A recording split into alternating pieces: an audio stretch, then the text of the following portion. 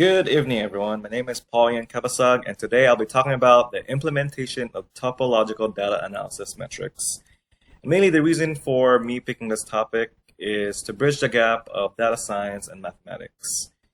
And I have a background in data science and pursuing a degree in mathematics. I definitely would like to learn how these two subfields of mathematics and computer science are able to be meshed into one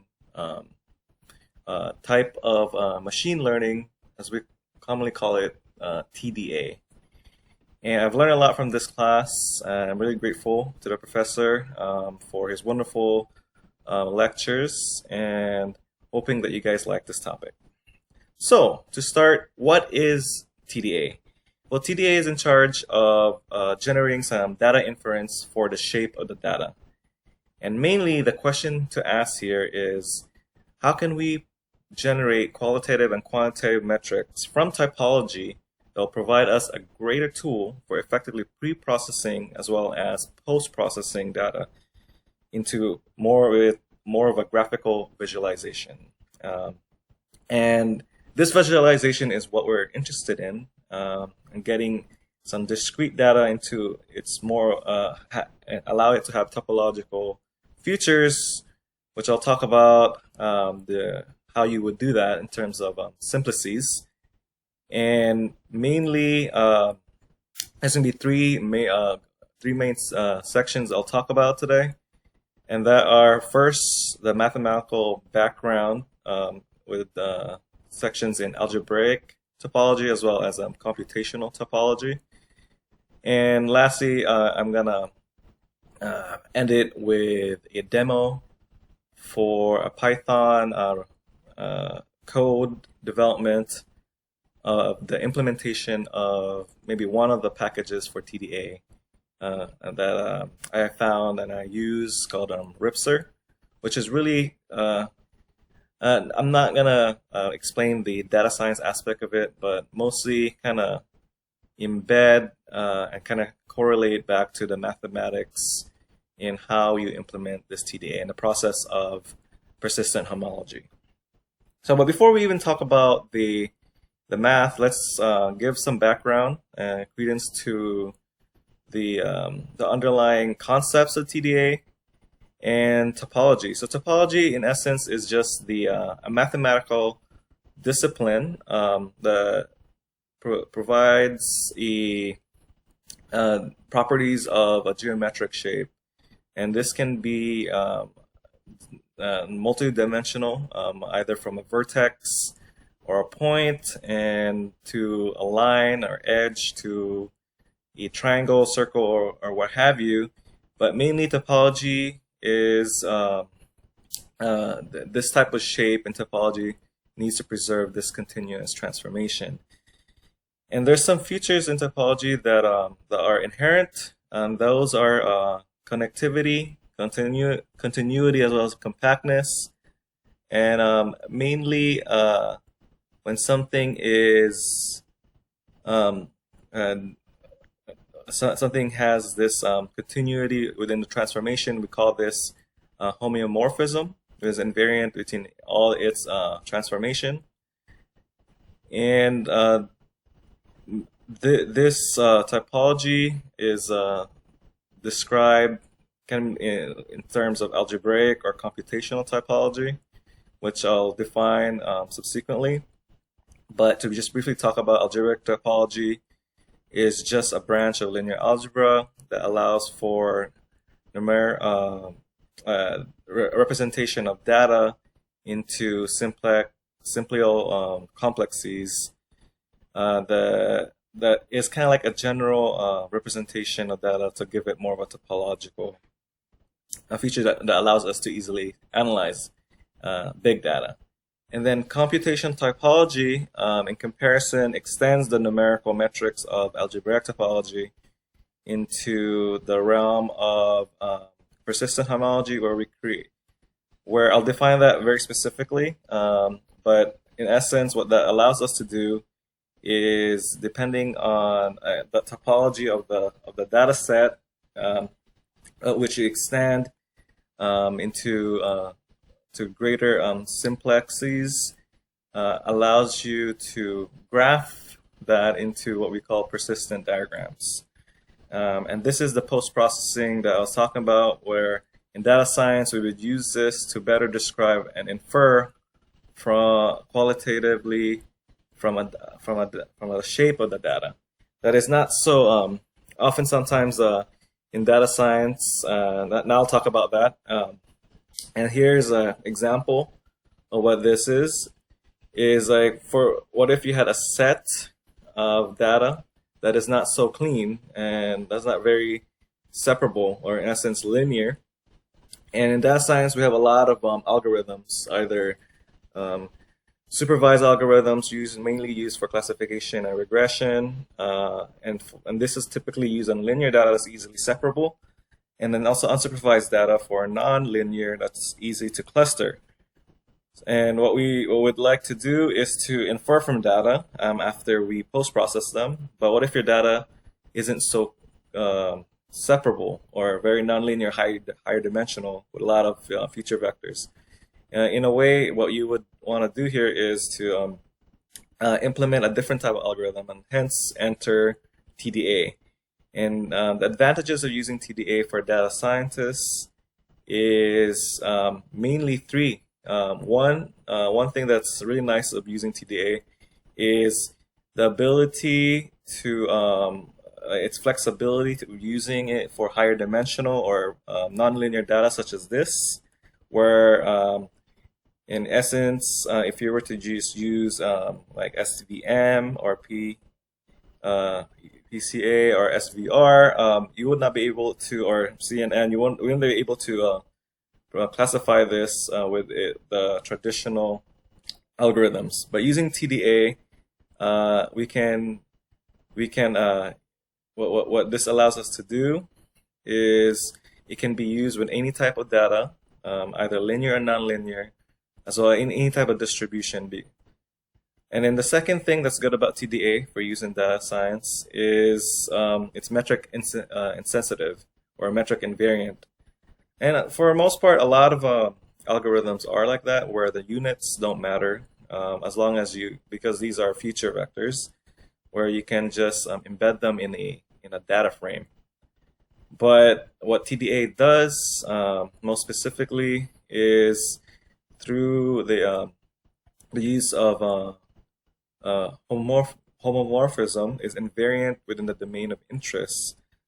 And the third thing about TDA is its preciseness. A lot of these algorithms, some of them do have underlying mathematical constructs, but because TDA has a lot of theorems and proven theorems and definitions such are covered in the paper, this allows us greater precision in analyzing it and using it for data science. And mainly, I guess I'll cover the TDA timeline in using it for the algorithm conceptually. Well, first, when you're presented with an arbitrary type of data, what you would like to do here is preprocess the data set. Secondly, you build a topological space, and what you do here is the usage of kind of mapping each one of these discrete points into higher order simplices by extending it in using filtration. And I'll kind of define filtration later on, but what it is here is just the mapping of these simplices into chain complexes, and the overlapping of the simplices complexes creates what we call the Vittori-Rips complex. And these overlappings allow for a topological representation of these data points to better use it to better define more numerical representations and descriptions of the pattern that you see. And so the third step here is to define algebraic gadgets, and these can be from using homology. So now that we defined the shape using simple complexes, we can define numerics that will describe them by applying our computing homological groups. And to extend that, we can even post-process them into graphical metrics called persistent diagrams. And that is the main goal that we'll talk about. So just to show you guys, so algebraic topological data analysis, what this is just a fundamental metric in math where we use simple linear algebra to compute some basic tools for our data. And one of them, so what this consists is, first, we pre-process data, as I mentioned. Given arbitrary data, we like to map these discrete points into what we call topological representations. And what these will consist is what we call simplio complexes. And simplio complexes is just giving a geometrical representation of points. And points for topology is what you call zero simplex. And then you also have higher ordered simplices, one simplex, which we call the edge, and two simplex, which is just a convex hull of the edges that allow you to create shapes, triangle shapes, squares, and what have you. And using these lower dimensional simplices, we then map them into groups or chain groups to form higher order simplices that are connected and then constructed across the dataset distribution. So some other mapping representations that we have are what we call boundary homomorphism and chain complexes. And ways to describe, maybe I'll just cover what this is. One way to describe a simplex is what we call Betty numbers. And these Betty numbers is just a fundamental metric description for the number of dimensional holes. You can have a zero-dimensional Betty number, which it characterizes the connected components of a simplex, and a first-ordered Betty number that describes the edges or cycles. And then the second order is what you call the voids. And then from these Betty numbers, they're really easy to compute. They're quite discrete, and one way to extend that to the boundary matrix for each ordered simple complex, we create what we use is kind of similar to matrix elementary reductions using Gaussian elimination of this boundary matrix, which we generate a Smith normal form, which I will show you in a bit. So here are just some definitions. Use the Betty number. You can read about this. I'm just going to cover some of the figures that I got. And you also have groups, chain groups, kernel and images, cycle, normal subgroups, quotient subgroups. And here's that Smith normal form that is kind of like the row echelon form of your boundary matrix that characterizes your simple complexes. So some graphical examples for algebraic topology is a way to classify what these simple complexes are. And so what this is an example of a simple complex, which is just anything that's connected with an edge and across its nose, and there's no overlap. Unlike this one, where this line or edge may not be connected with this simple complex. Also, as I mentioned, you can connect these simple complex to create groups and chain groups. And just to provide an example for that, so take into consideration this two complex triangle, and what we want to do here is to calculate or define its simple one chain of complex using the definition. And so this is composed of its nodes, zero complex A, B, and C, as well as its edge, one complex AB edge, BC edge, AC edge, as well as its ABC2 complex, which is the triangle, convex, all of that. So from that, we can kind of calculate the boundary homomorphism. So how you do that is if you have the boundary at 2, this is non-trivial. What this is just this ABC2 complex boundary is composed of its edges. It's usually n minus 1. So 2 complex is composed of its one dimensional simple complexes, and then one dimensional composed of its nodes are 0-dimensional complexes. So if you take the second order boundary homomorphism, you're going to see it's composed of BC, AC, and BB, and you take another boundary of a boundary, then you get 0 because of this addition, which will cancel each other out. And you also have quotient groups. This is quotient groups is just following the definition that I provided. It's just the Z2, which consists of 0 and 1. And from all that, you can create a boundary matrix for each associated simple complex. And here is just what is presented here. Just to explain what this is, each one of these columns represent the nodes or 0 complexes A, B, and C. And this 4th, 5th, and 6th are the edges. So the columns correspond to the row with its constructed complex, which is so for this AB, its underlying constructed complex is A and B.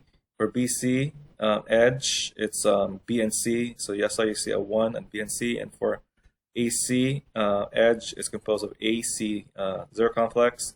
So that's why you have a 1 there. So just to clarify that.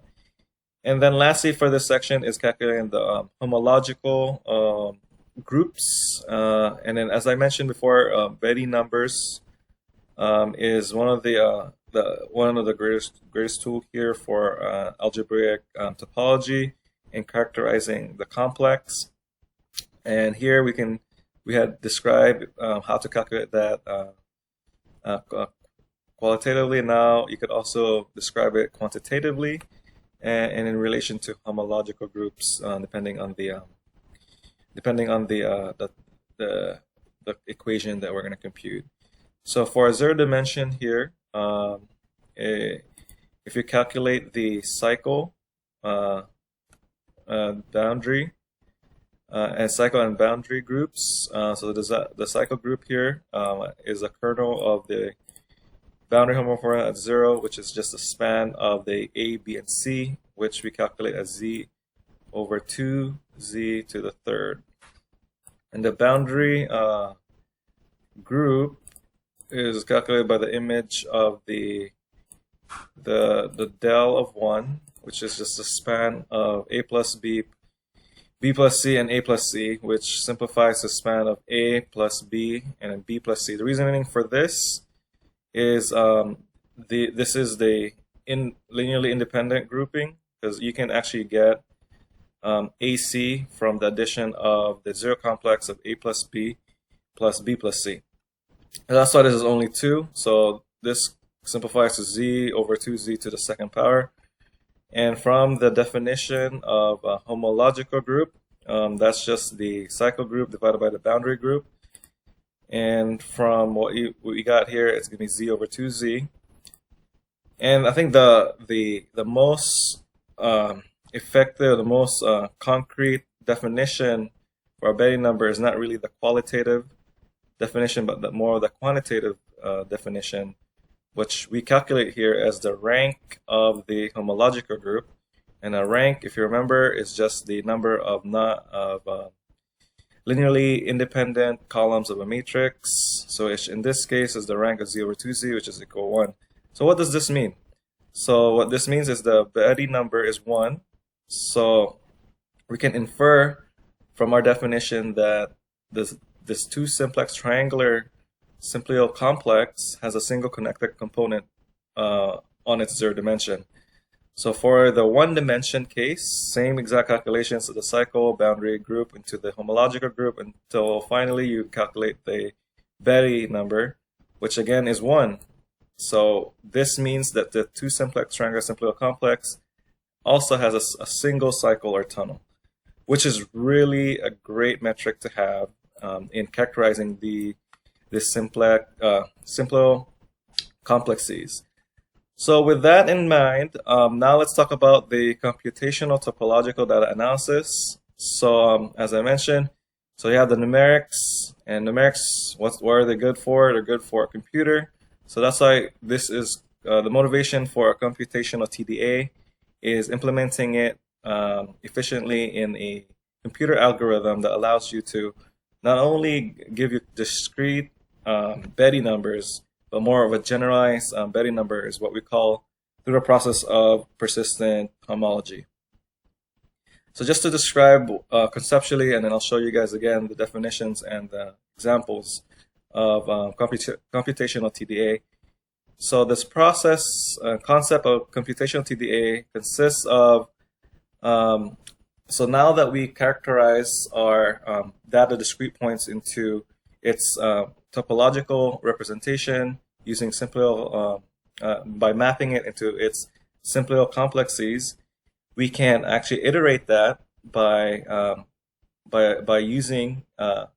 creating a Vittorius-Rips complex. And a Vittorius-Rips complex is by its notion is just by creating or growing the simplices boundary into these balls or circles, depending on the depicted metric distance, which is usually the Euclidean distance.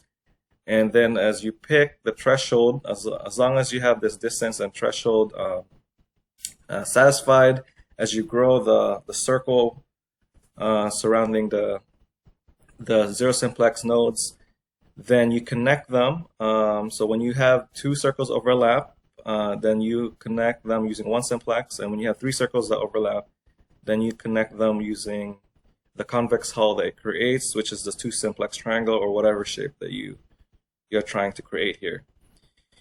So this after you create this topology for persistent homology, this process is typically called the filtration, which is just the iteration of these Vittorius-Rips complex. In this process, why this is usually very useful is you can track topological properties of simple complexes, and mainly what these compose is our birth and death values. And I'll provide the definitions for these in a bit, but as you grow these simplices via filtration, typically you will lose and birth new simplex complexes. And this can be characterized more effectively in what we call the persistent diagrams. And this is just this is probably the same way as I mentioned the Betty number is the golden facet maybe for algebraic TDA. The persistent diagram is probably the most used metric for computational TDA. And what this diagram entails is just it characterizes the lifetime of the simplex. Because as I said, using as you grow the simplex using multiple Vittorius-Rips using filtration, some features will be birthed and some features will be destroyed. And as they are created and destroyed by filtration, you can better represent this where the birth values are represented in the x-axis of the persistent diagram and the y-axis is represented with the death value. So other TDA metrics that are useful for computational TDA are as I said, one can also query the stability of the simplex. And stability here is just the similarity of the persistence diagram. So ways of querying the stability is comparing the bottleneck and Wasserstein distances, as well as satisfying the Tame theorem and that is just to ensure you have continuity between the discrete the mapping between the vector spaces are finally represented by mapping a continuous tame function into the persistence diagrams. So with that, common post-processing for persistence diagrams are found in industry are Betty curves, persistence landscapes, persistence images, and other interesting ones that I'll cover here. So some of the mathematical definitions of computational TDA are, like I said, the Vittorius-Rips complex, and infiltrations, which is just an iteration of a Vittorius-Rips complex. You have a sequence of homomorphism and homology groups, as well as persistent homology groups, birth and death simplicial complex. You also have the sublevel and superlevel set filtrations, and then obviously the persistence diagrams. And then you have what we call the bottleneck distance and the Wasserstein distance. So I guess I'll, to cover this briefly, a bottleneck distance is given two persistence diagrams. You have D and D prime. The bottleneck distance is just the infimum supremum of the Euclidean distance of x minus this mapping from one persistence diagram to the next. And just to show you guys this this is also a bijection. And a bijection just means that all the points are mapped within the diagonal. Also, the Wasserstein distance is not just a point, but a summation of points, which I'll show you guys clearly in a bit. And then the tame function. So the tame function here is just and the significance of the tame function is it ensures the stability of the persistence diagrams. And that, in words, as I mentioned here in mathematical constructs, is what I said is the mapping of the continuum functions from the persistent diagrams. So as you can see here, this W to infinity is the bottleneck distance, and that's why these two are correlated, the bottleneck distance and tame functions. And some other ways of characterizing the persistence diagrams is using a kernel feature map, a Betty curve, which I'll show you in a bit, persistence landscapes, template functions, histogram-based vectorization, persistence images, and norms of persistence diagrams, which calculates the D infinity norm and DP norm, which are really good for curing summary statistics of a persistence diagram. So to give you a graphical notion of computational TDA, as I said, you can calculate the Betty numbers, and they're more generally characterized here within the filtration of the Vittorius-Rips complex. So as you can see, this nesting property of the filtration, as you iterate the simple complex across the nodes, you will your Betty numbers will change because in the first two here you don't have a line or an edge, so that's why your Betty number is 0. Once you create this circle topological feature, your Betty number jumps to 1, because then you're creating a tunnel or a cycle. And once you iterate and grow your simple complex by adding more simple complex, by creating more Vittorius-Rips, then this hole will disappear, and that's why it becomes enclosed, so that's why your Betty number goes down to 0. So another way of characterizing this, a more complex way using filtration, is the boundary matrix of filtration. I'm not going to describe this here, but mainly the previous boundary matrix that characterizes a simple complex can be updated or reduced by this algorithm. And also, this figure here shows the growth of the circles that I mentioned in the persistent homology, where as you grow this according to the Vittorius-Rips threshold, then you can connect them, and when the two circles overlap and more circles overlap, then you can create a two-simplex. And then just to show you guys what a persistence diagram is, so persistence diagram, as I said here, is just a representation of the birth and death values of your simple complex as you perform a filtration across the data point cloud distribution. So on the x-axis, as I mentioned, is the birth threshold, and on the y-axis is the depth threshold. And then I'll cross the diagonal here. So just to explain this a little bit, the red dots or points characterize the zero-dimensional homology, and then the blue dots characterize the first-dimensional homology. And as you see here, there's two red dots on the zero, and this means that it was created at 0 and died at 0.25, 0.5. And then these blue dots are created at 0.5, 0.75, and 1 thresholds, and their depth are at the thresholds of 1. So one of the great things and metrics for persistence diagrams, as I mentioned, is inferring stability. And stability is just analogous of the similarity of persistence diagrams.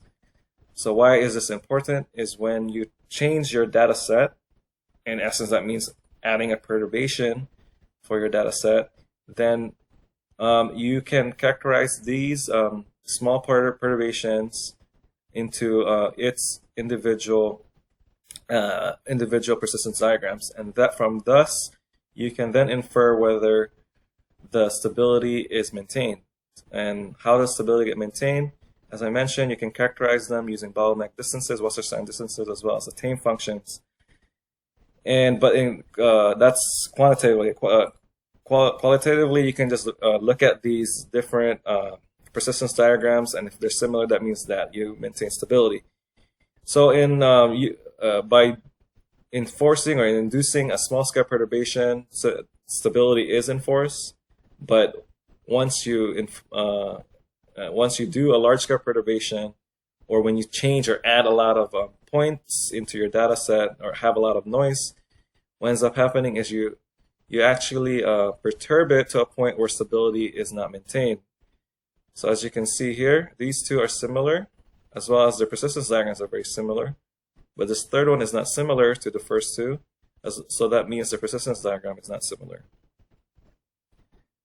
So here's just some examples of the bottleneck and Wasserstein distances. As I said, bottleneck distance is just a point in space, not a point, but like a distance value in space. But the Wasserstein distance is a summation of these values. So that's why you have multiple points here.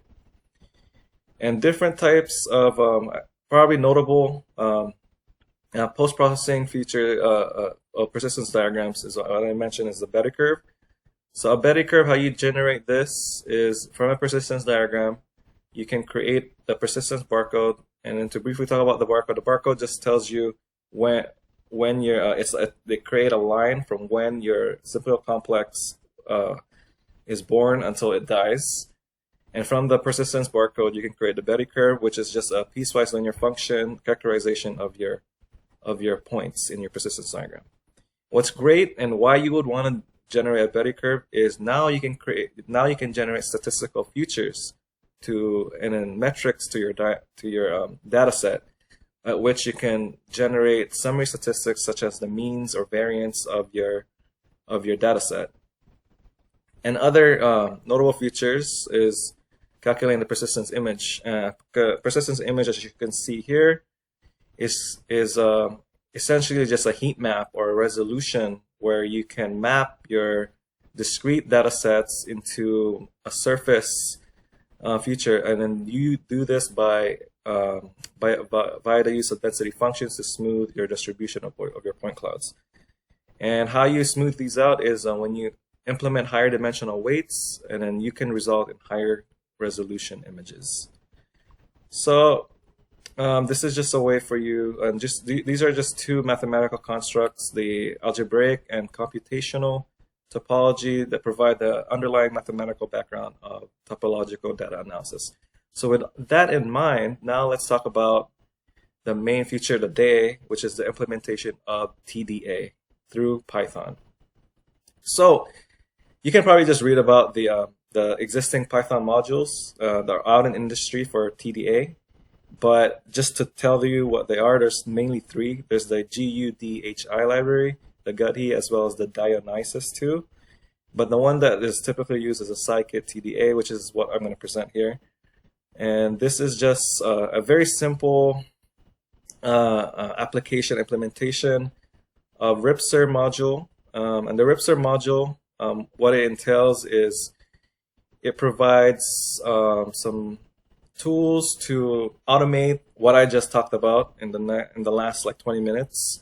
The persistence homology, that whole process from discrete data points into the persistence diagrams. So we're just going to automate that for any arbitrary data set or point cloud distribution. So just to talk about the steps of how you codify this in Python, the first step here is loading in all the Python dependencies. And then the second step here is defining this customized permutation function.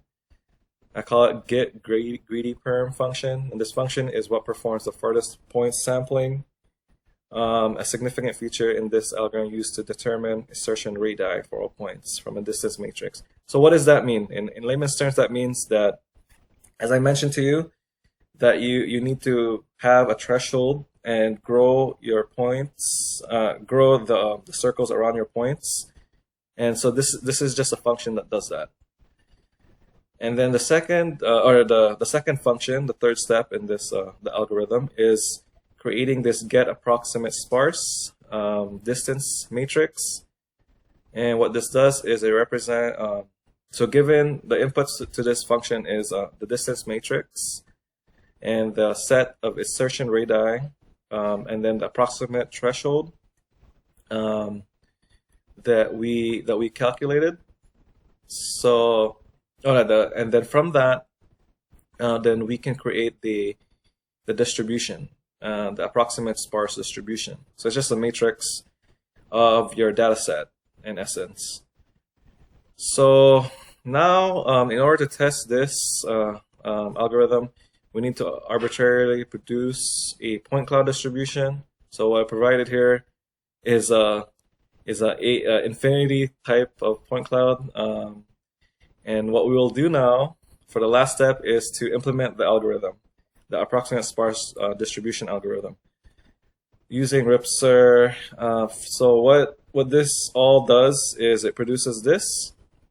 So from this you can see the original or full nerve distribution, as well as the approximate sparse distribution, and also its associated persistence diagrams.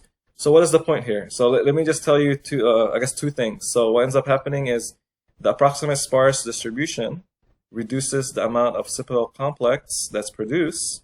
So what you see here, from the original full nerve distribution, you have about 2.8 million edges. But using the sparse distribution, you reduce that to only about 300,000 edges, which is a good 90% reduction of your number of simplicial complexes. But look at the corresponding homology or or persistent diagrams. They're very similar. So that means that we didn't really gain anything from having a lot of edges. So this is good. And then the other thing, the second thing, is the simulation time. So since both of these produce this pretty much the exact same homology, it would be better if you find a more efficient way of simulating this, and that is more associated with the sparse distribution. So as you can see, sparse filtration ran the simulation with 1.8 seconds, but the original distance matrix was ran with a duration of 48 seconds. So with that, the duration got reduced to 4% of the full duration. So that was just an example of how you implement TDA in Python. So I hope you guys liked what I presented here, and thank you very much.